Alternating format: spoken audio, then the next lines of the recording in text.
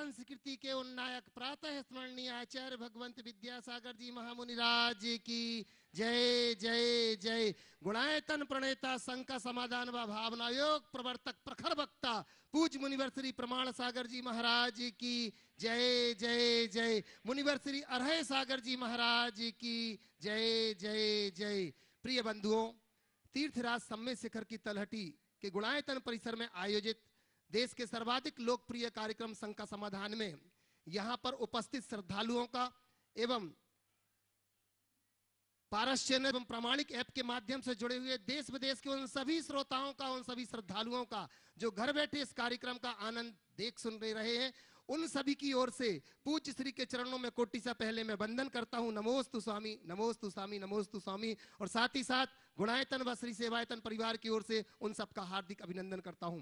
बंधुओं, लगातार लोग गुणायतन से जुड़ रहे हैं इस भावना को लेकर के कि विश्व की अनमोल कृति यह अति शीघ्र बनकर के तैयार हो बंधुओं। और हम सब की भावना वो दिन दूर नहीं होगा जब ये बनकर के तैयार होगा, जिसे देख करके हम साक्षात भगवान के पंच कल्याणक को यहां पर देख पाएंगे। बंधुओं, जिन्होंने गुणायतन से जुड़ने का भाव बनाया, ऐसे अनेक लोग हैं, मैं उनके नामों की उद्घोषणा करना चाहूंगा। बड़ा हर्ष है हमें बंधुओं जो निर्माण निधि के रूप में आज गुणायतन से जुड़े हैं। ऐसे श्री नमन जैन सुपुत्र श्री नीरज जी जैन गाजियाबाद से, श्री प्रसम जी जैन दल्ला सोनभद्र से, श्रीमती विद्या जी श्री मनीष अनीता जी श्री समर्थ जैन जबलपुर से, और श्रीमती पुष्पलता जी चौगले श्री विजय जी चौगले पुणे से, श्री धन सिंह जी श्रीमती सुशीला जी सुसनेर से, पंडित खुमान सिंह जी श्रीमती हीरामणि जी जैन उज्जैन से, और श्रीमती दीप्ति नीरज जी जैन इंदौर से। बंधुओं, ये निर्माण निधि के रूप में जुड़े हुए हैं। वहीं निर्माण मित्र के रूप में जो यहाँ जुड़े हैं, मैं उनसे निवेदन करता हूँ मंच के ऊपर आएंगे और इनका अभिनंदन करता है हमारा गुणायतन परिवार। निर्माण निधि के रूप में, निर्माण निधि से निर्माण मित्र में जो आए हैं, श्रीमती मनीषा जैन धर्मपत्नी श्री राजेश जी जैन मंडला से हमारे बीच में है। निवेदन कर रहा हूँ मंच के ऊपर आ जाएं, जोरदार ताली बजाकर हम इनका अभिनंदन करते हैं। बंधुओं आ जाएं, और इनका अभिनंदन करने के लिए हमारे बीच में मैं निवेदन करता हूं, श्रीमान नेमीचंद जी फरीदाबाद से हमारे बीच में है गुणायतन से, वो इनका अभिनंदन करेंगे। अति शीघ्र पहुंचे आप यहां पर। साथ ही साथ मैं आवाज दे रहा हूं जिन्होंने निर्वाण सारथी से सूत्रधार के रूप में जुड़े हैं, उसके पूर्व जो निर्वाण सारथी में आए हैं, ऐसे श्री नीरज जी जैन, श्रीमती मनीषा जैन, सुशील जी जैन, श्रीमती सविता जैन गाजियाबाद से ऑनलाइन जुड़े हैं। इनके लिए जोरदार ताली बजा करके इनका अभिनंदन करते हैं, जिन निर्वाण सारथी के रूप में जुड़े हैं निर्वाण निधि से। बंधुओं, निर्वाण सारथी से सूत्रधार जो बन चुके हैं, ऐसे इंद्रचंद जी, शांति देवी जी पाटौदी, प्रमोद जी, पवन जी, मनीष जी, पंकज जी रिसरा हुगली से हमारे बीच में है। मैं निवेदन करता हूं मंच के ऊपर आए, अति शीघ्र पहुंचे आप लोग। और इन्हीं के साथ साथ बंधुओं, मैं निवेदन करता हूं निर्माण निधि से निर्माण मित्र के रूप में जो आ चुके हैं, ऐसे श्रीमती मनीषा जी धर्मपत्नी श्री राजेश जी जैन मंडला से, अगर वो मेरी आवाज सुन रहे हैं तो अति शीघ्र ऊपर पहुंचे। और इनका अभिनंदन करता है हमारा गुणायतन परिवार। नेमीचंद जी फरीदाबाद से हमारे बीच में यहाँ पर है, उनका अभिनंदन करने के लिए चंद्रशेखर जी अगर मेरी आवाज सुन रहे हैं, मैं निवेदन करता हूँ विदिशा से वो भी मंच के ऊपर आ जाएं, उनके द्वारा भी अभिनंदन होना है इन सभी नए जुड़े हुए हमारे गुणायतन के परिवार के लोगों से। बंधुओं, ये बड़ी प्रसन्नता, गुणायतन कोई ट्रस्ट नहीं है, गुणायतन एक परिवार है जिससे लोग जुड़ते जा रहे हैं। बंधुओं, मैं निवेदन करता हूं आ जाएं। हुगली वाले यहां पर आ चुके हैं क्या? निवेदन है मंच के ऊपर आए। इंद्रचंद जी, शांति देवी जी पाटौदी, प्रमोद जी, पवन जी, मनीष जी, पंकज जी आए। दीजिए, आप दीजिएगा नेमीचंद जी, आप इनको दीजिएगा ये। हाँ, ताली बजा करके अभिनंदन। और इसी के साथ बंधुओं आइए, आप आइएगा, बस मंडला वाले पहुंच रहे हैं। मैं निवेदन करता हूं कपूर चंद जी हमारे बीच में है कोटा से, वो इनका अभिनंदन करेंगे। निर्वाण निधि से सूत्रधार के रूप में जो जुड़े हुए हैं, मैं उनसे भी निवेदन करता हूं तब तक वो तैयार रहेंगे। श्रीमती रीता जी धर्मपत्नी श्री राम किशन जी जैन, प्रखर जी जैन, यश जैन देहरादून से, वो तैयार रहेंगे जब तक आपका अभिनंदन हो रहा है। ये हुगली वाले हैं शायद आप। अच्छा, आइएगा। सिरसा से हमारे बीच में यहां पर हैं, पहुंच रहे हैं। देहरादून से चलिए, निर्वाण नायक के रूप में बंधुओं जिन्होंने जुड़ने का सौभाग्य पाया है, मैं उनके नाम की घोषणा करता हूं। सूत्रधार से जो कि निर्वाण नायक में आए हैं, श्रीमती मंजू जी जैन, धर्मपत्नी श्री राजीव जी जैन, समीर जी, मेघना जी, उमंग जी, ध्रुव जी, ऋषि जी, दिल्ली से जोरदार ताली बजा करके हम इनका अभिनंदन करते हैं। वहीं बंधुओं, संस्थापक सदस्य के रूप में जो जुड़े हुए हैं नए हमारे बीच में, मैं निवेदन करता हूं कि मंच के ऊपर आए। श्री आकेश जी जैन, श्रीमती अंजू जैन, गौरव जैन, आशीष जैन, दिल्ली से आइएगा। पूज्य श्री के चरणों में वंदन करके आशीष पाएंगे और इनका अभिनंदन करने के लिए हमारे पूर्व के ही संस्थापक सदस्य यहाँ पर उपस्थित हैं। श्री धीरज जी जैन, श्रीमती रश्मि पांड्या यहाँ पर उपस्थित है, निवेदन कर रहा हूँ वो आए और इनका अभिनंदन करेंगे। दीमापुर से हमारे बीच में है, आ जाएं, शीघ्रता से मंच के ऊपर आए और इनका अभिनंदन करेंगे। जब तक बंधुओं बहुत लोग जुड़े हुए हैं आज, जिन्होंने अपनी स्वर्ण की 2 चूड़ियां ही गुणायतन के लिए समर्पित कर दी हैं, ऐसी श्रीमती राजमती जैन, संजीव कुमार जी, संदीप कुमार जी जैन, तीर्थंकर भवन परिवार सतना वालों ने जोरदार ताली बजाकर उनका अभिनंदन करते हैं। अगर वो यहाँ उपस्थित हैं तो मैं जो गुणायतन के संस्थापक सदस्य भी हैं, मैं निवेदन करता हूं अगर वो यहाँ उपस्थित है तो मंच के ऊपर आए और पूज्य श्री के चरणों में वंदन करके आशीष पाएंगे। इनका अभिनंदन करता है मैं धीरज भैया से निवेदन करता हूं, इनका अभिनंदन करेंगे। आइएगा, शीघ्रता से ऊपर आ जाए बंधुओं। वहीं और जिन्होंने श्रीमती शकुंतला जी, धर्मपत्नी स्वर्गीय धीरज जैन, दीमापुर वाले, अच्छा आ चुके हैं आप, अभिनंदन करेंगे इनका। मां आ रही हैं जिन्होंने अपनी 2 चूड़ियां यहां पर समर्पित कर दी हैं। आइएगा बंधुओं, शकुंतला जी जैन, धर्मपत्नी स्वर्गीय झूमर लाल जी जैन, श्री विपिन जी, सचिन जी, कासलीवाल नांदेड़ से इस परिवार ने हमारा श्री 21,100 रुपए की राशि निर्वाण दान के रूप में दी, गौशाला के लिए इन्होंने समर्पित की है, गौशाला के लिए उनको बहुत बहुत बहुत बहुत धन्यवाद। चलिए अभिनंदन करें। आइए आप पहुंचिएगा जिन्होंने, हाँ चलिए कोई बात नहीं, यहीं से पहले एक बार वहां पहुंचे आप। मां पहुंच रही हैं, मैं सुनील जी से निवेदन करता हूं, सीएफओ गुणायतन से इनका अभिनंदन करेंगे इस परिवार का। आए और बंधुओं जिन्होंने सोने के सिक्के ही समर्पित कर दिए हैं गुणायतन के लिए, से जय कुमार जी, रंजू देवी जी सेठी गुवाहाटी वाले, जोरदार ताली बजा करके हम इनका भी अभिनंदन करते हैं। और आदर्श महिला मंडल राजनांदगांव छत्तीसगढ़ से जिन्होंने निर्वाण दान के लिए एक अच्छी राशि 11,500 रुपए की राशि, बोले महाराज श्री जितनी आई सब कुछ समर्पित कर रहे हैं, उनको बहुत बहुत बहुत बहुत धन्यवाद। मैं बड़े सम्मान के साथ आवाज दे रहा हूं एक ऐसे शख्स को बंधुओं, जो श्री सेवायतन यहां पर बनकर के तैयार है, आप देख रहे हैं। उसके वो संस्थापक अध्यक्ष हैं हमारे बीच में, जो कि रिटायर आईएएस हैं, श्रीमान एमपी अजमेरा जी यहां पर हैं, वयोवृद्ध और ज्ञान वृद्ध, अनुभव वृद्ध। मैं निवेदन कर रहा हूं वो आए, पूज्य श्री के चरणों में वंदन करें और गुणायतन परिवार इनका अभिनंदन करती, जोरदार तालियां बजाकर बंधुओं इस उम्र में भी देखो वंदना करने के लिए यहां पर पहुंच गए हैं पूज्य श्री के चरणों में, जो कि रिटायर्ड आईएएस है। मैं निवेदन करता हूं, मां से भी निवेदन कर रहा हूं कि आप भी साथ में आइएगा, एक साथ सपत्नी निवेदन कर रहा हूं, मां आप भी आइएगा साथ में एक साथ। श्रीमती एमपी अजमेरा जी आप भी आ जाइएगा और जोरदार तालियों के साथ इनका अभिनंदन, इनका स्वागत करने के लिए मैं निवेदन कर रहा हूं सुनील जी से। मैं कुणाल जी जो कि ट्रस्टी हमारे गुणायतन के, मैं निवेदन कर रहा हूं उन 2 भाइयों को आए और इनका अभिनंदन करेंगे। दोनों भाई यहां पर आ जाएं। बंधुओं ये वो शख्सियत है, पूज्य श्री के मंच में आप चाहे जब कभी भी देख लिया करते थे एक ऐसे शख्स को जो सभी लोग मुकेश जी मेट्रो के नाम से जानते थे। ये उन्हीं के 2 यशस्वी पुत्र हैं बंधुओं। वास्तव में वो आज किसी कारणवश हमारे बीच नहीं है, पर उस परिवार ने ये 2 बेटे हमारे गुणायतन के लिए दिए हैं बंधुओं। जोरदार ताली बजा करके जो जमीन से जुड़े हुए हैं गुणायतन की, ऐसे इस परिवार का भी हम अभिनंदन करते हैं।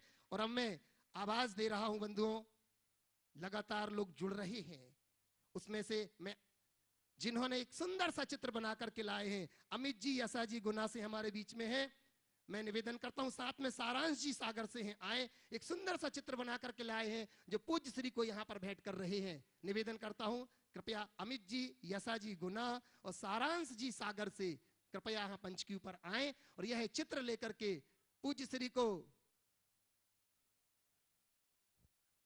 वंदन करते हुए हमारे गुणायतन परिवार के लिए यह चित्र समर्पित करें। सुंदर सा चित्र बनाए हैं जिसमें अगर बहुत ध्यान से देखेंगे तो पूज्य गुरुवर की आकृति हमें दिख जाएगी। बंधुओं, एक बार ताली बजाओ इस परिवार के लिए, इनकी सुंदर सी इस कला के लिए आप एक बार ताली बजा करके इनका अभिनंदन करेंगे। बंधुओं, और मैं निवेदन करता हूं कि इस चित्र को स्वयं अपने हाथों में ले रहे हैं गुणायतन की मंत्री लता जी गंगवाल।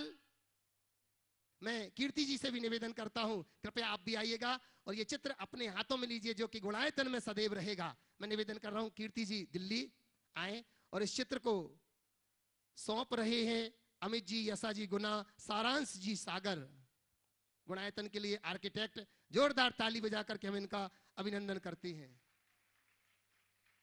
और बंधुओं, मैं आज प्रथम प्रश्न के रूप में हमारे बीच में यशा जी गुना से हैं, आए अपना प्रथम प्रश्न रखेंगी और इसी के बाद तैयार रहेंगे हमारे बीच में कुणाल जी, मृणाल जी दिल्ली। गुरुदेव के चरणों में परिवार सहित मेरा नमोस्तु नमोस्तु नमोस्तु। गुरुदेव, मेरा प्रश्न है कि मृत्यु में अकाल मृत्यु और एक मृत्यु जो हम हमारी आयु लेकर आते हैं, इन दोनों में अंतर, अकाल मृत्यु और मृत्यु का आप थोड़ा सा समझाओ। देखिए, मृत्यु तो मृत्यु है। हमने पूरी आयु की तो उसे सामयिक मृत्यु कहते हैं, और बीच में चले जाएं तो असामयिक मृत्यु या अकाल मृत्यु हो जाती है। तो मृत्यु दोनों। अब रहा सवाल, इन दोनों मृत्यु का रूप क्या होता है।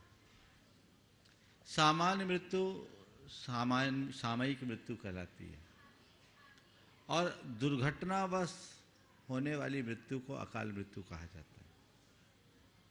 ये कभी भी किसी की भी हो सकती है। अब सवाल है मरणोपरांत दोनों का क्या होता है, शायद आप यही पूछना चाह रहे हैं। तो सामान्य मृत्यु से व्यक्ति अपने अंतिम क्षणों के परिणामों अनुरूप भावी गति को प्राप्त करता है, और अकाल मृत्यु भी हो तो अकाल मृत्यु में भी व्यक्ति सद्गति का पात्र हो सकता है। ऐसा जो कहा जाता है कि अकाल मरण से व्यक्ति की दुर्गति होती है, पूरी तरह आगम के अनुकूल नहीं है।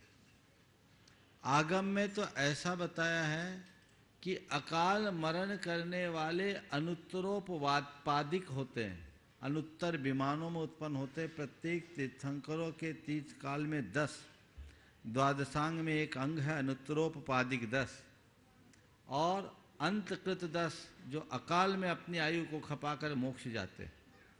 तो ऐसी धारणा ठीक नहीं है कि किसी की अकाल मृत्यु हुई है तो उसकी दुर्गति हुई। अगर उस समय उसके परिणाम अच्छे हैं तो सद्गति का भी पात्र हो सकता है। हाँ, एक बात जो विशेषतया सबको जानने की है वो ये है कि वैदिक परंपरा में अकाल मृत्यु को अच्छा नहीं माना जाता, और उनके कथनानुसार अकाल मृत्यु होती है तो वो अपनी बची हुई आयु प्रेत बनकर भोगता है। मान लीजिए किसी की 60 वर्ष की आयु थी और 20 वर्ष में मर गया, तो जो उसके 40 वर्ष की आयु बची, वो 40 वर्ष की आयु वो प्रेत योनि में भटकेगा, इसलिए वहाँ उसे अच्छा नहीं माना जाता।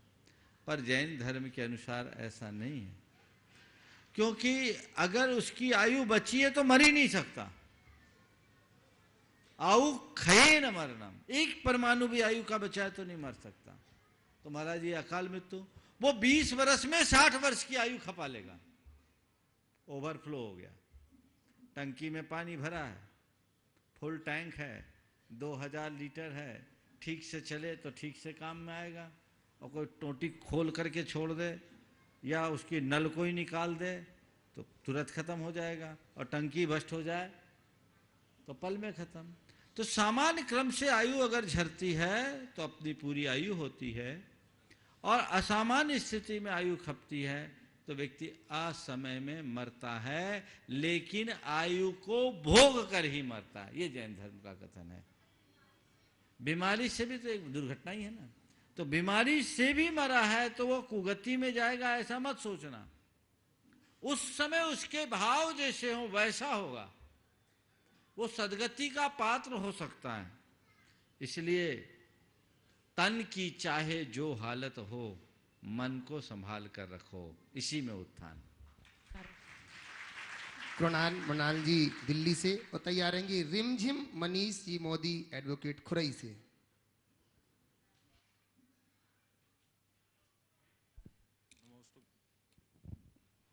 नमोस्तु गुरुदेव। गुरुदेव, मेरा प्रश्न ये है कि अगर हम भावना भाएं कि मेरे साथ सब अच्छा होगा, ये पॉजिटिव थिंकिंग है।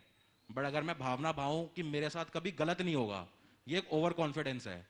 तो भावना कैसी भाएं कि हम कॉन्फिडेंट बने, ओवर कॉन्फिडेंट ना बने? बहुत अच्छा। हम अगर ये भावना भाते हैं मेरे साथ सब अच्छा होगा तो पॉजिटिव है, और मेरे साथ गलत नहीं होगा, ओम ओम ओम।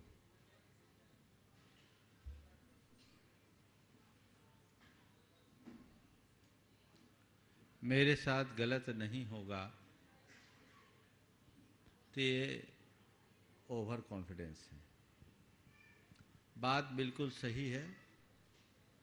हमें भावना भानी चाहिए, अच्छी भावना भानी चाहिए, आत्मविश्वास भी रखना चाहिए, ओम, पर अति विश्वास कभी नहीं रखना चाहिए।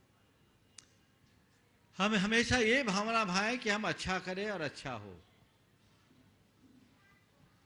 सब अच्छा होगा, ये सोचना चाहिए। पर मुझसे गलत नहीं हो सकता, ये सोचना ठीक बात नहीं है, क्योंकि इस ओवर कॉन्फिडेंस वाले लोगों की हालत कई बार बहुत खराब हो जाती है। हमें ऐसे हालत से बचना चाहिए। रिमझिम मनीष एक मोदी। मिनट, कुणाल, हाँ मृणाल। नमोस्तु गुरुदेव। गुरुदेव, लगभग 4 या 5 साल पहले पापा मम्मी आपसे जुड़े, और उन्हीं के कर्मों से या पुण्य के वजह से ये हमें सौभाग्य मिला कि हम आपसे जुड़े और आपको गुरु माना। गुरुदेव, आपने हमेशा कहा है कि रिचुअल से पहले स्पिरिचुअल बनो। तो कहीं ना कहीं गुरुदेव, मेरा आपके प्रति श्रद्धान और जो समर्पण है, ऐसा ही समर्पण भगवान के प्रति कैसे हो? देखो, बहुत अच्छा सवाल किया है कि जैसा समर्पण गुरु के प्रति है वैसा ही भगवान के प्रति कैसे हो। मैं एक ही बात पूछता हूँ, गुरु के प्रति समर्पण क्यों है? आप मार्गदर्शन देते हैं, वात्सल्यता है। बस जैसे तुम्हें गुरु में जीवंतता दिखती है, जिस दिन भगवान में जीवंतता दिखने लगेगी, अपने आप समर्पण हो जाएगा। समझ गए? और ये हमेशा सोचो कि मेरा अंतिम आदर्श तो यही है, मुझे पहुंचना वहीं है, तब रास्ता खुले। नमस्ते गुरुदेव। रिमझिम मनीष मोदी एडवोकेट खुरई से, और तैयार रहेंगे गोसलपुर गौशाला के वो सभी भाई लोग जो सेवाएं दे रहे हैं गौशाला में। ऐसे सारे भाई लोग एक साथ तैयार रहेंगे यहाँ पर। नमोस्तु महाराज श्री, नमोस्तु समस्त खुरई जैन समाज की ओर से नमोस्तु महाराज श्री। महाराज जी, मेरा प्रश्न यह है कि वर्तमान के प्रतिकूल समय में हम अपने कुलाचार का पालन कैसे करें? आज समाज में अनेक कुसंगतियाँ उत्पन्न हो रही हैं, तो उससे हम लोग कैसे बचें? देखिए, बात सही है। वर्तमान का जो माहौल है, ऐसे माहौल में कुलाचार के साथ जीने वाले लोगों के सामने कई तरह की व्यवहारिक कठिनाइयाँ उभरती हैं, लेकिन ऐसा नहीं है कि वो उसे निभा नहीं सके। अगर मन में दृढ़ता और विश्वास हो तो व्यक्ति हर प्रकार की स्थिति को ठीक तरीके से निभा सकता है, और न केवल निभा सकता है अपितु अपनी एक अलग छाप भी स्थापित कर सकता है।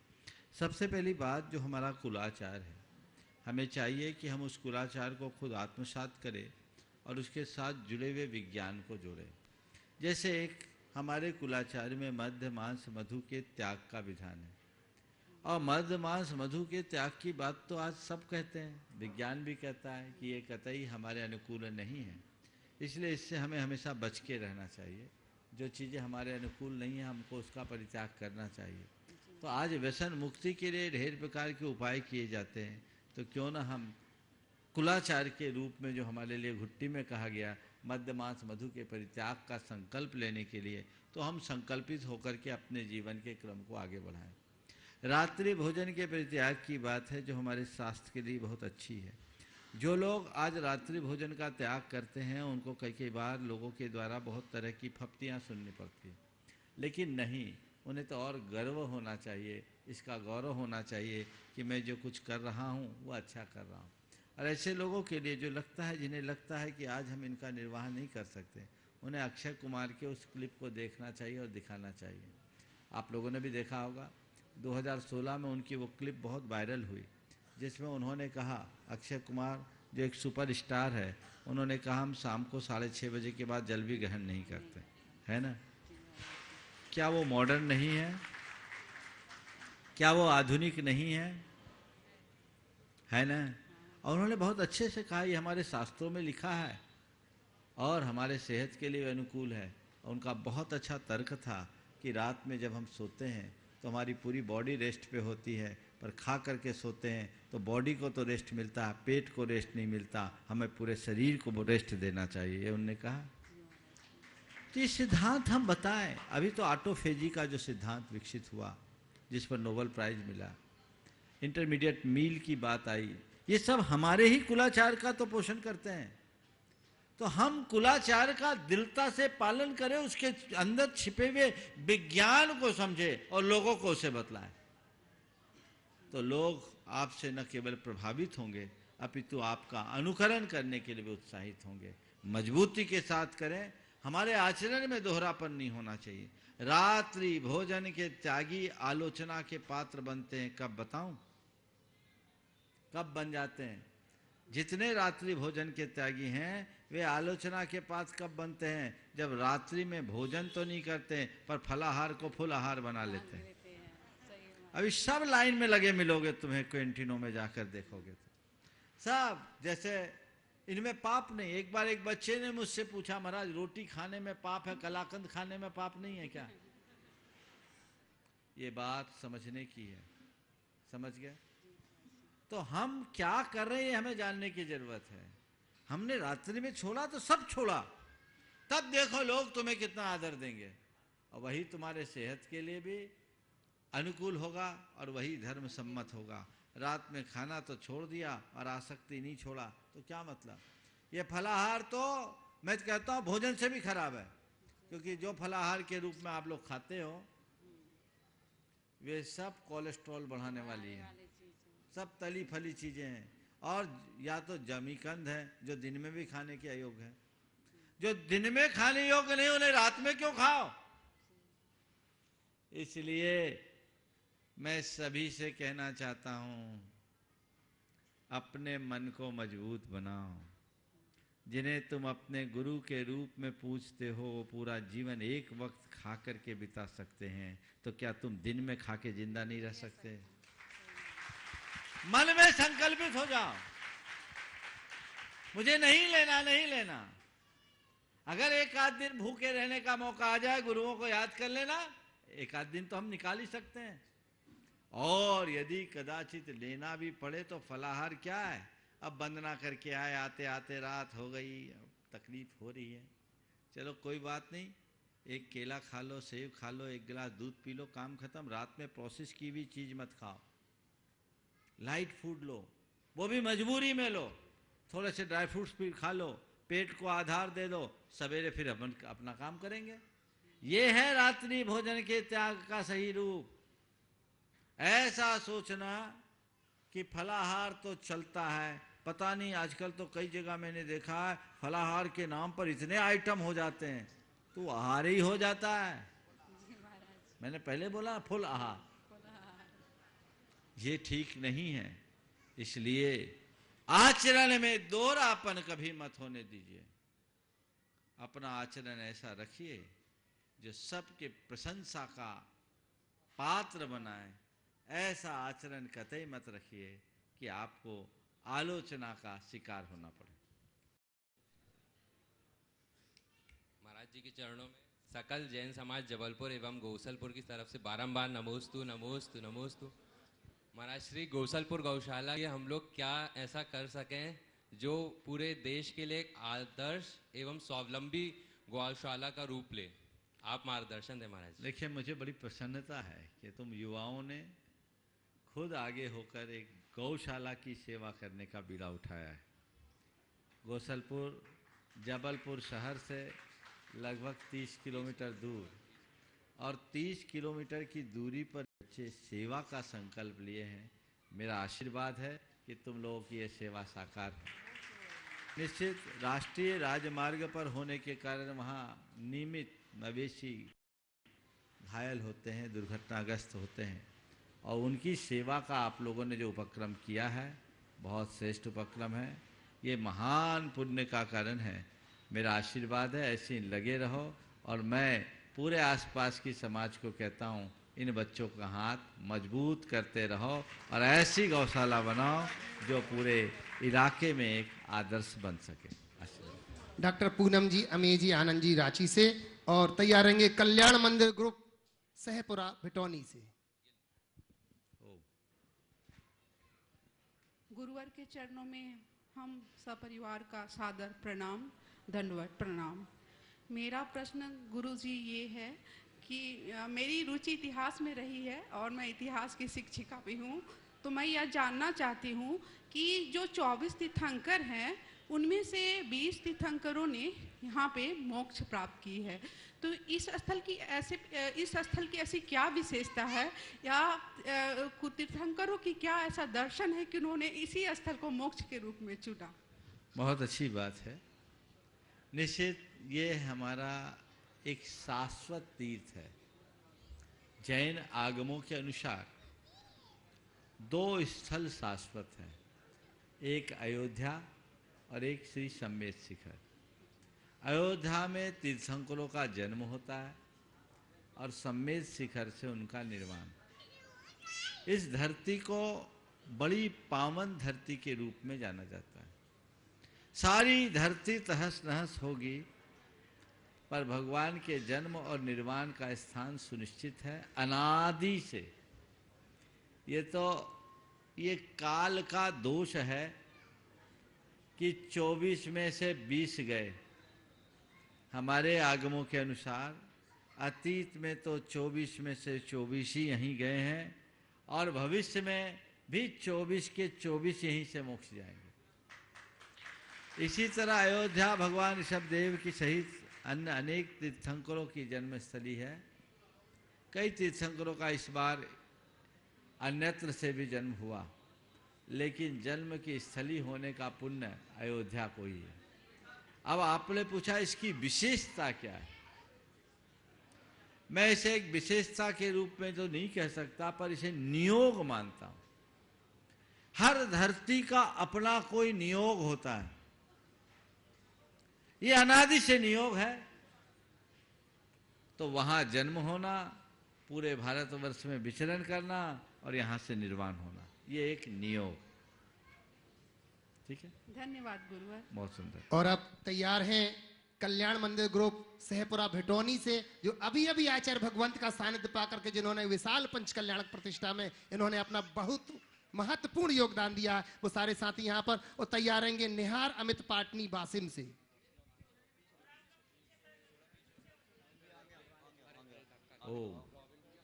शीघ्रता से पूछिएगा।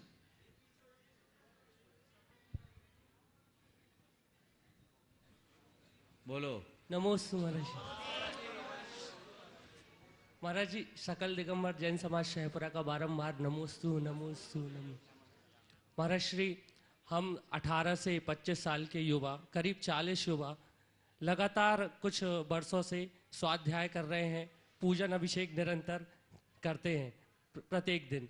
और हम आसपास के कुछ गांव है, जैसे चरगवा है, सहजपुर है, इनमें भी हमने ये स्वाध्याय की परंपरा चालू करा दी है।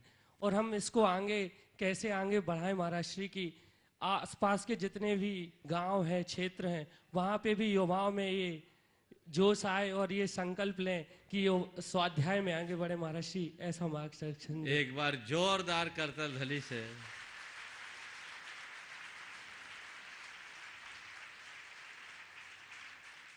आज के इस विषम दौर में जब हमारा अधिकतर युवा दिशाहीन हो रहा है, ऐसे दौर में यदि हमारे समाज का यह युवा वर्ग इस तरह समूह में पूजन और स्वाध्याय करने का काम करता है तो इससे अच्छी प्रशंसनीय बात और कौन सी होगी। अब वो सहपरा की बात मैं क्या करूं, हमारा वहाँ 1990 का चातुर्मास हुआ और कई प्रवास भी हुए।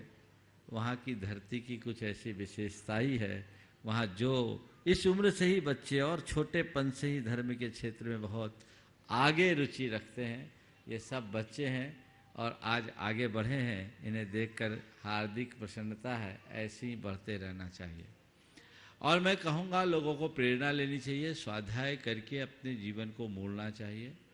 तुम लोगों से ये कहूँगा जो स्वाध्याय कर रहे हो वो तुम्हारे जीवन में दिखना भी चाहिए। ऐसा ना हो कि स्वाध्याय तो करो लेकिन उसके बाद दूसरा भी काम हो जाए, उससे बच के रहना चाहिए। और मुझे उम्मीद है तुम में से ऐसा कोई बच्चा नहीं होगा जिसमें किसी भी प्रकार की कोई ऐसी बुराई हो जो दूसरों को चुभे। एक सलाह जरूर दूंगा, तुम लोग सहपरा में और चरगुआर सहजपुर की बात की, एक बीड़ा उठाओ। सागर में एक ग्राम पूजा पुण्य दल है जो IRS अधिकारी अनूप जैन के नेतृत्व में तय की गई युवा, और उन्होंने क्या किया, सागर के आसपास के सभी गांवों में जहां जैनों का अभाव हो गया मंदिर है, वहां जाकर के पूजा करने की शुरुआत की और उन मंदिरों का जीर्णोद्धार करने में भी योगदान दे रहे हैं। आज तुम लोगों ने मुझसे पूछा कुछ ऐसा बताइए, तो मुझे पता है तुम्हारे सहपरा के इर्द गिर्द 20 किलोमीटर के रेंज में करीब 15-20 मंदिर हैं। तुम लोग ये संकल्प ले लो और सब गांव खाली है, सब तुम लोग सहपरा में आके बस गए। ऐसा करो कि उन मंदिरों में जाकर के हम लोग सप्ताह में एक दिन ऐसा प्रोग्राम बनाए कि सब लोग या एक ग्रुप बना करके इस कार्यक्रम को हाथ में लो, जैसा ग्राम पूजन पुण्य दल करता है। तो इससे हमारे गांवों के मंदिरों की रौनक भी बढ़ेगी और उनका रख रखाव भी अच्छा होगा। आशीर्वाद। और ये मैं इनसे तो कह ही रहा हूँ और युवाओं से भी कहूँगा कि अपने अपने क्षेत्र के अगर जिनालियों के प्रति आप इतनी जिम्मेदार बन जाओ तो किसी मंदिर की पूजा अर्चा में कोई फिर कमी शेष नहीं रहेगी। सभी को आशीर्वाद। नमोस्तु महर्षि। नमो। निहार अमित पाटनी बासिम से तैयार है और इसके बाद तैयार रहेंगे महाराज श्री। एक और ग्रुप यहाँ पर आया 120 लोगों को लेकर के कोटा छावनी से। उनमें से मैं निवेदन करूंगा वो अपने स्थान पर खड़े होकर के आशीर्वाद ले लें और एक व्यक्ति आकर के यहाँ पर प्रश्न पूछ लेंगे। शकुंतला जी जैन, मैना जैन कोटा छावनी से, वो आकर के प्रश्न पूछ लेंगे। बाकी सभी ग्रुप के लोग अपने स्थान पर वहीं पर खड़े हो जाएं। कैमरा आपके पास पहुंच रहा है, ये बड़ा अच्छा साधन हो गया महाराज जी। घर के लोग आपको दुआएं देते हैं कि लोग यहाँ पर आ जाते हैं तो चिंता होती है कि पहुंचे कि नहीं पहुंचे, टीवी में देख लेते हैं, शंका समाधान और संतोष हो जाता है। वहीं माइक दे दो, वहीं प्रश्न कर लेंगे। वहीं से पूछ लें। चलिए एक मिनट, कोटा वाले पहले कर लो, कोटा वाले कर लो फिर तुम एक जगह एक साथ हो। ओ शीघ्रता से पूछें।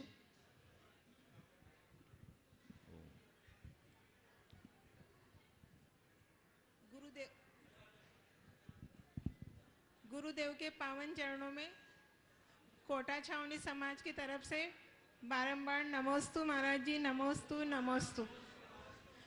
महाराज जी, मेरा प्रश्न है कि आज के वर्तमान युग में युवा पीढ़ी अशुद्धि वाले दिनों को मानने के लिए तैयार नहीं होती। वो मतलब सवाल पे सवाल पूछे जाती है तो हम उसका उत्तर देने में असमर्थ रहते हैं। तो आप इसके लिए थोड़ा आप समझाने की। देखिए, इस विषय में मैंने अनेक बार मार्गदर्शन दिया। मैं सभी से ये कहूँगा कि लोगों को इस शुद्धि का पूरी तरह पालन करना चाहिए। इसके बड़े विपरीत परिणाम आते हैं। मैंने इस पर मार्गदर्शन दिया और आज भी इसके लाखों, मेरे ख्याल से 15-20 लाख लोगों ने इसे देखा है। यूट्यूब में है, विस्तार से मैंने कहा है। और उसमें बहुत सारे महिलाओं के पहले कमेंट्स ऐसे भी आए कि हम पहले अशुद्धि का ध्यान नहीं रखते थे, अब ध्यान रखने लगे, तब से हमारे जीवन में बहुत बड़ा परिवर्तन आया। वहाँ कुछ लोग जो भारतीय धर्मों पर विश्वास नहीं रखते, उन लोगों की कुछ अनर्गल टिप्पणियां होने के कारण उसमें से सारे कमेंट्स हटा दिए गए, लेकिन उनमें जो कमेंट्स थे वो ये बताते थे कि इनके पालन का क्या लाभ है। मैं आप सबसे सलाह दूंगा कि इनका पालन करना चाहिए। मैं 2 उदाहरण आज दे रहा हूं जो इन दिनों जिन्होंने मुझसे आकर के प्रकट में कहा कि हम पहले अशुद्धि का पालन नहीं करते थे और अब अशुद्धि को ध्यान में रखने लगे, तो उसका क्या परिणाम निकला।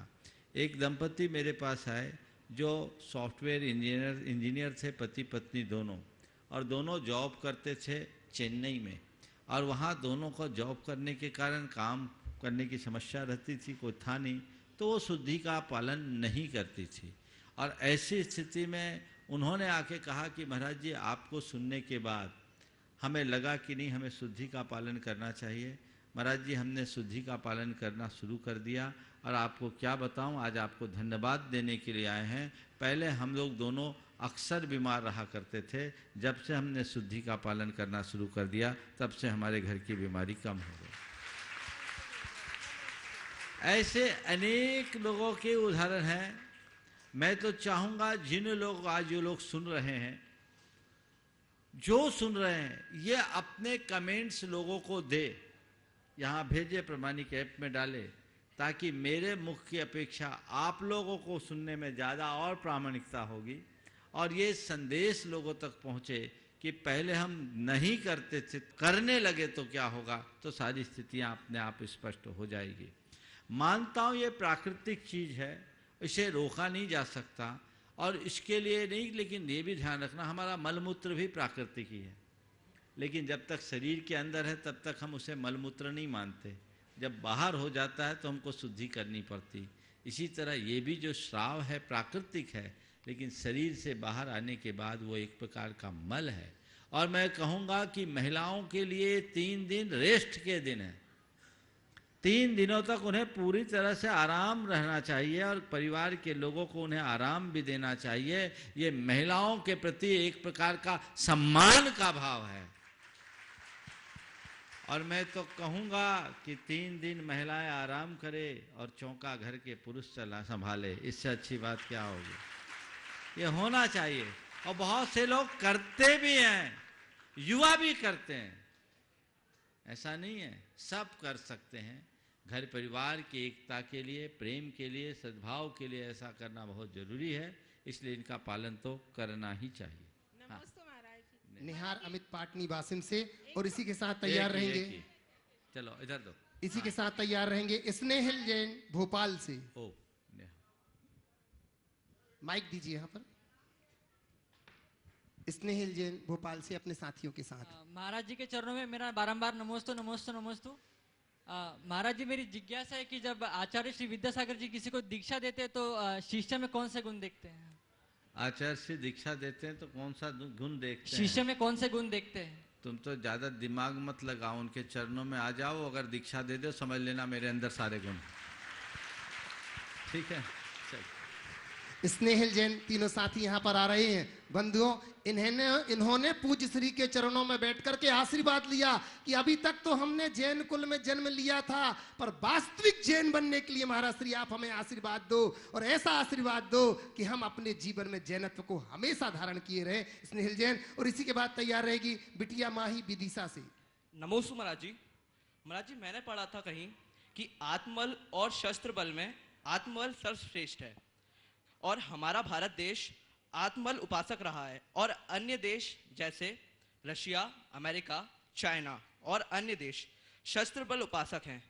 तो हमारा देश जो सर्वश्रेष्ठ बल यानी आत्मबल का उपासक है, तो बाकी देशों की तुलना में भारत देश इतना पीछे क्यों? बहुत अच्छा। सबसे पहले तो मैं इन तीनों बच्चों की बात करूंगा।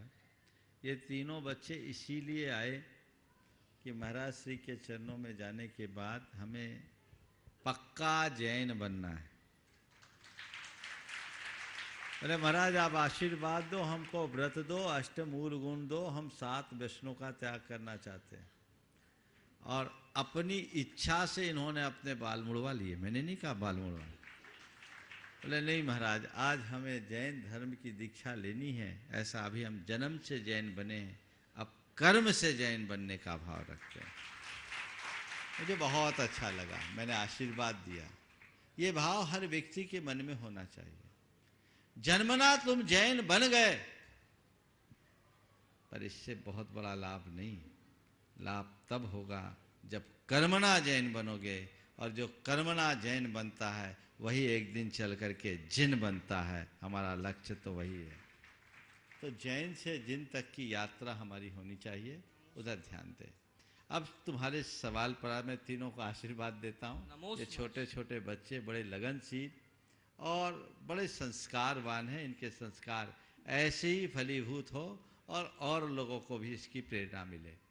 सवाल है, आत्मबल श्रेष्ठ बल है और शस्त्र बल अपेक्षाकृत कमजोर होता है। भारत आत्मबल का धनी होने के बाद भी पिछड़ा कैसे, ध्यान रखना। शस्त्र बल के क्षेत्र में शस्त्र बल के क्षेत्र में भारत भले पिछड़ा दिखता है, लेकिन आत्मबल के क्षेत्र में तो आज भी भारत सिरमौर है। जो आध्यात्मिकता का अनुभव भारत और भारतीय के जीवन में होता है, वो अन्यत्र कहीं नहीं दिखता। यही भारत की सबसे बड़ी ताकत है। समझ गए? तुम्हारे पास शस्त्र की कितनी भी बड़ी ताकत क्यों ना हो, शस्त्र की एक सीमा है। लेकिन जो आत्मबल के धनी होते हैं, वो एक न एक दिन शस्त्र पर भी विजय प्राप्त करते हैं। भौतिक संसाधनों में पिछड़ जाना मायना नहीं रखता, लेकिन आध्यात्मिक क्षेत्र में आगे बढ़ना बहुत अर्थ रखता है। इसलिए हमें उस दिशा में चलना चाहिए। नमोस्तु गुरुदेव। बिटिया माही और चंद्रशेखर जी निवेदन करूंगा विदिशा से, वो तैयार रहेंगे। इन लोगों ने महाराज से पूछा कि तुमने आखिर मुड़ क्यों मुड़वा ली। बोल रहे थे जब हम लोग महाराज श्री से नियम लेंगे तो महाराज श्री का हाथ जब हमारे सिर पर पड़े तो बालों के ऊपर ना आए, सीधे हमारे सिर पर पड़े, इसलिए इनने सारे बालों को निकाल कर फेंक दिए। बहुत बढ़िया, अच्छी भावना थी इनकी। नमोस्तु महाराज श्री जी, नमोस्तु महाराज श्री जी। ये बहुत दिनों से बिटिया मेरी क्वेश्चन पूछ रही थी, ये उसका क्वेश्चन है, आप बताने की कृपा कीजिए। नमोस्तु महाराज जी, नमोस्तु महाराज जी। आप भगवान के रूप हो तो आप भगवान के पैर क्यों छूते हो? हंसने की बात नहीं है, हंसने की बात नहीं है। देखो, हम भगवान के रूप भी हैं और भगवान के बेटे भी हैं। तुम अपने पापा मम्मी के पैर छूती हो कि नहीं छूती? बोलो, बच्चों को छूना चाहिए कि नहीं छूना चाहिए? छूना चाहिए ना, तो अब तुम छूओगे। समझ गए? तो जैसे तुम अपने पिता के पैर छूते हो, हम भी अपने परम पिता के पैर छूते हैं। समझ गए? चलिए, चंद्रशेखर जी हमारे बीच में है, मैं निवेदन करता हूं। और हमारे बीच में बंधुओं, मैं निवेदन कर रहा हूं एमपी अजमेरा जी, जो कि रिटायर आईएएस है, सेवायतन के संस्थापक अध्यक्ष भी हैं। मैं बड़े सम्मान के साथ निवेदन कर रहा हूं कि वो यहां पर आ रहे हैं। जब तक वो यहां पर आ रहे हैं, तब तक गौरव जैन दिल्ली यहां पहुंच जाएं।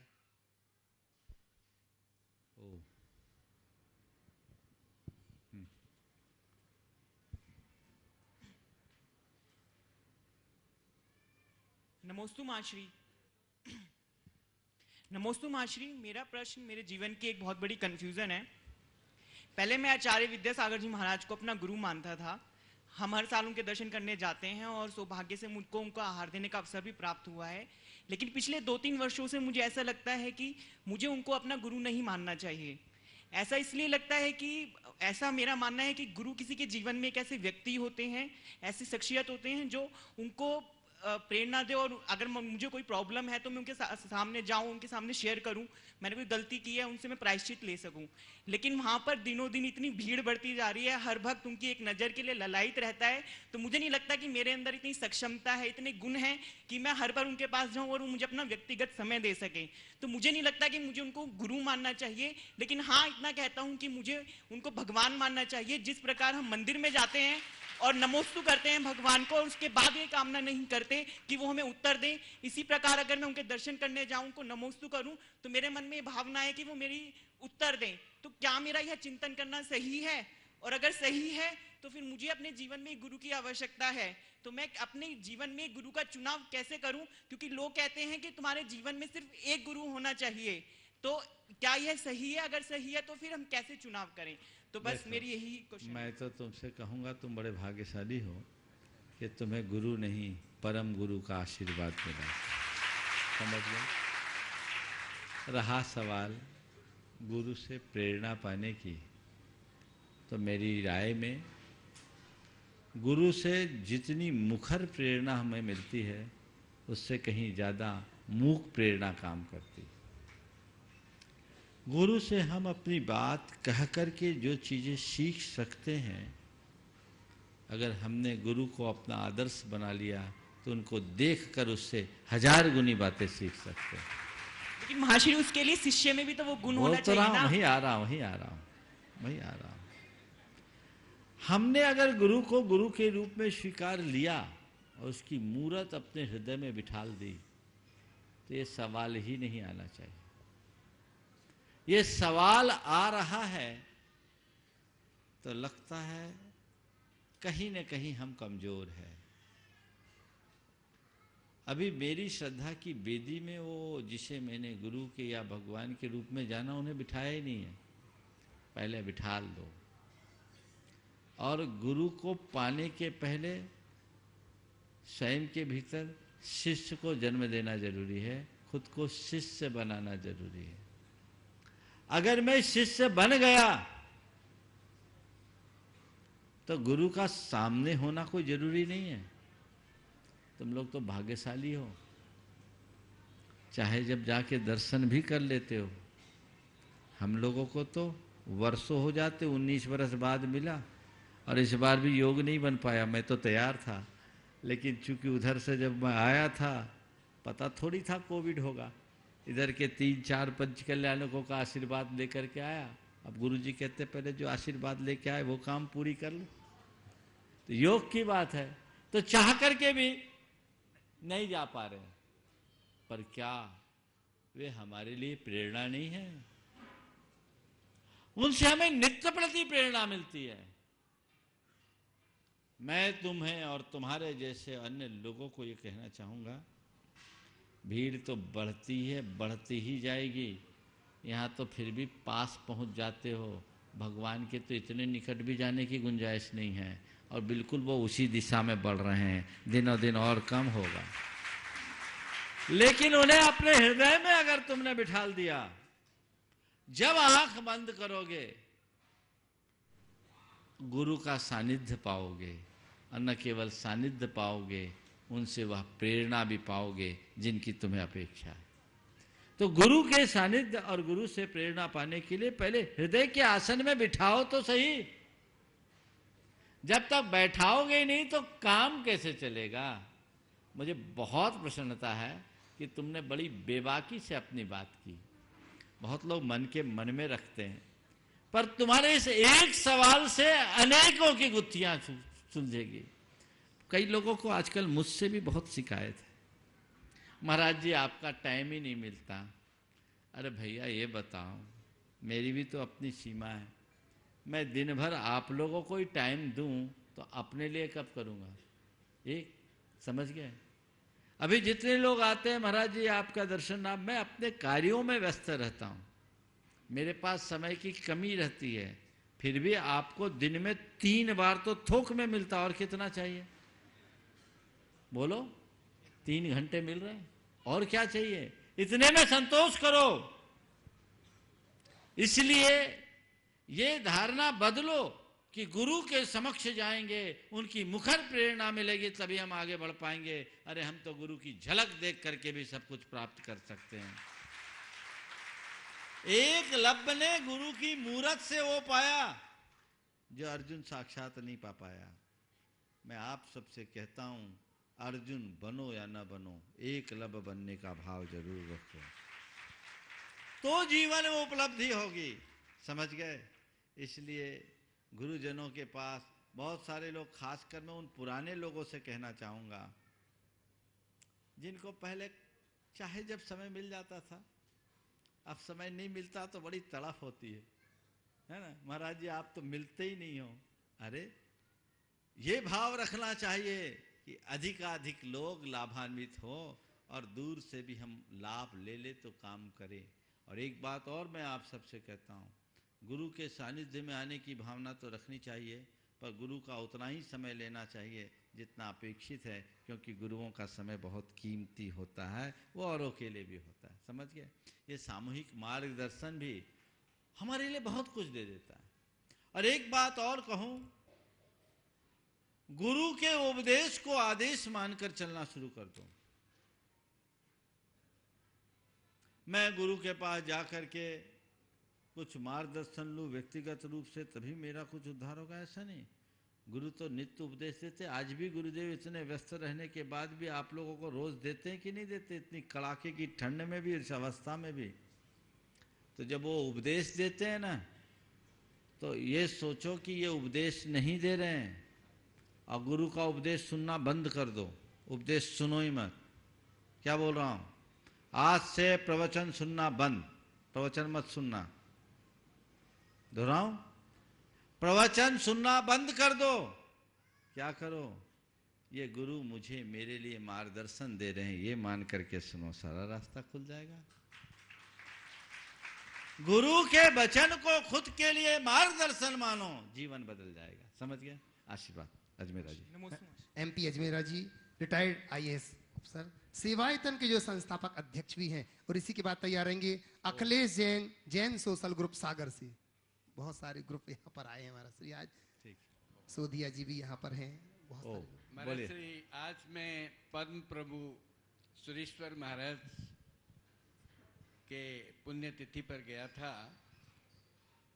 और वहाँ करीब 300 बच्चे थे, जिसमें काफ़ी आदिवासी बच्चे थे, मुस्लिम बच्चे थे, सरदारों के बच्चे थे। उनको प्रतिज्ञान कराया था। तो महाराज श्री, एक निवेदन ये करना चाहता हूँ कि पुण्यतिथि के अवसर पर महाराज श्री आपका क्या निर्देश है? पुण्यतिथि को किस ढंग से मनाएं ताकि जीवन में एक आनंद की अनुभूति हो। महाराज श्री, एक बात और कहना चाहता हूँ कि आज जितने लोग यहाँ उपस्थित हैं वो गुरुवर प्रमाण सागर महाराज के परम भक्त हैं, परम शिष्य हैं, और गुरु प्रमाण सागर विश्व का एक अनोखी अभिभूति है जिसके आप शिष्य हैं। तो मैं आपसे अनुरोध करना यह चाहता हूं कि उनके प्रति सच्ची श्रद्धा यही होगी कि आप जब यहां से निकलें तो जैन संस्कारों को लेके साथ में निकलें।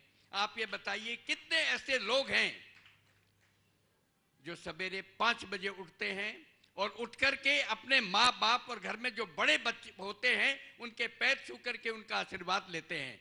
नहीं लेते हैं।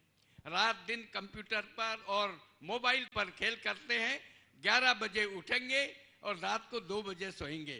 तो मेरा एक निवेदन है आप सबों से, मुझे क्षमा करेंगे, अगर मुनि प्रमाण सागर के प्रति सच्ची श्रद्धा है, विश्व का अनोखा तीर्थ, विश्व में अनोखा तीर्थ है गुणायतन, और उस गुणायतन से गुणों का खजाना लेके अगर हम नहीं गए तो महाराज के प्रति वो आशीर्वाद आपको नहीं मिल सकता है जो इनके मन में है। आज कई बातें इन्होंने कही है, कई लोगों को हमने सुना है, कोई गौ सेवा में अपने आप में एक अभिभूत कार्य कर रहे हैं, कई लोग मंदिरों की पूजा करने में बहुत कर रहे हैं, कई समाज को आगे बढ़ाने में कर रहे हैं। लेकिन मैं इतना ही कहना चाहूँगा कि जितने भी यहाँ पर हैं इनके सामने प्रतिज्ञान करिए कि हम जैन संस्कारों के अनुकूल आचरण करके मुनि प्रमाण सागर के चरणों में जो हमने जो कुछ पाया है उनका उदाहरण यही होगा कि जो भी गुणायतन से गया है, प्रमाण सागर महाराज के आशीर्वाद से निकला है, वो जैनत्व को संस्कारित करके अपने जीवन को आदर्श बनाने के लिए गया। यह मेरा आपसे निवेदन है। देखिए, अजमेरा जी ने बहुत अच्छी बात कही है और निश्चित इस दिशा में हम लोगों को सोचना चाहिए। चलिए, अखिलेश जैन, जैन सोशल ग्रुप सागर से। आखिरी बस हो गया, बोलो। नमोस्तु महाराज जी, नमोस्तु महाराज जी, नमोस्तु नमोस्तु महाराज जी। विगत वर्ष आप सागर में जब आए थे तो आपने एक हम लोग के लिए संकल्प दिया था, अरहम दिगंबर जैन सोशल ग्रुप अरहम के सभी सदस्यों के लिए, कि जो पुराने जीर्ण शीर्ण मंदिर हैं उनके जीर्णोद्धार के लिए। तो महाराज जी, इसी तारतम्य में हम लोगों ने एक वहीं 18 किलोमीटर दूर एक मंदिर है महाराज जी, डुंगासरा, जो बहुत ही जीर्ण शीर्ण अवस्था में था। तो उसका पूरा जीर्णोद्धार करवाया है। उसके लिए महाराज जी हम लोगों ने ग्रुप के माध्यम से एक सहयोग सेतु एक प्रोजेक्ट जो है उसको नाम दिया है कि जितने भी ग्रामीण जहाँ जहाँ जीर्ण शीर्ण मंदिर हैं उनका हम जीर्णोद्धार कराएंगे, या जहाँ जो उचित उसमें व्यवस्था है वो कराएंगे। तो महाराज जी इसमें और आगे हमारे लिए क्या मार्गदर्शन है, मार्गदर्शन प्रदान करें। बहुत अच्छा कार्य कर रहे हैं आप लोग। मेरा पूरे ग्रुप को आशीर्वाद, और इसी तरह से मंदिरों का चयन करके आप लोग उसे अच्छा स्वरूप दें। बहुत बहुत आशीर्वाद। समय हो गया है, यहीं पर विराम। बोलिए बचा। हाँ, तो मैंने जो आपको संदेश देना था दे दिया। कल 1 तारीख की कमलेश जी सोदिया महाराजपुर से 1 तारीख की घोषणा करो। बंधुओं, मैं आपको एक बहुत अच्छी बात बताना चाहूंगा। आने वाले 2022 में 1 जनवरी को पूज्य श्री प्रमाण सागर जी महाराज के मुखारबिंद से 1008 मंत्रों के द्वारा विशाल शांति धारा, बड़ी शांति धारा यहाँ पर होगी बंधुओं। जिस शांति धारा में आप सभी लोग शामिल होंगे, जो लोग यहाँ उपस्थित होंगे वो, और जो यहाँ उपस्थित नहीं है वो लोग भी बंधुओं। 1008 पर भगवान के नामों के साथ यहाँ पर बेहद शांति धारा बंधु यहाँ पर होगी। उस बड़ी शांति धारा में आप सभी लोग, यहाँ के उपस्थित लोग और बाहर वाले लोग भी शामिल हो सकते हैं। सोधिया जी जल्दी से अपनी बात कह लें। महाराज जी, मेरे मन में यह प्रश्न बार बार आता है, जैसा कि हमें देव शास्त्र गुरु धर्मायतनों और मुनिराजों का समागम समय समय पर बड़े बड़े विधानों आदि का जो धार्मिक माहौल अभी मिल रहा है, जिससे हम श्रावकों का कल्याण का मार्ग प्रशस्त होता है, तो क्या ये माहौल हमें पंचम काल के अंत तक मिलता रहेगा? ऐसी भावना भाव की मिलते रहे, समझ गए। और समय समय पर आचार्य विद्यासागर जैसे आचार्य आते रहेंगे तो ऐसा माहौल बनता रहेगा। बोलिए परम पूज्य आचार्य गुरुवर श्री विद्यासागर जी महाराज की जय जय जय। बोलिए पूज्य मुनिवर श्री प्रमाण सागर जी महाराज की।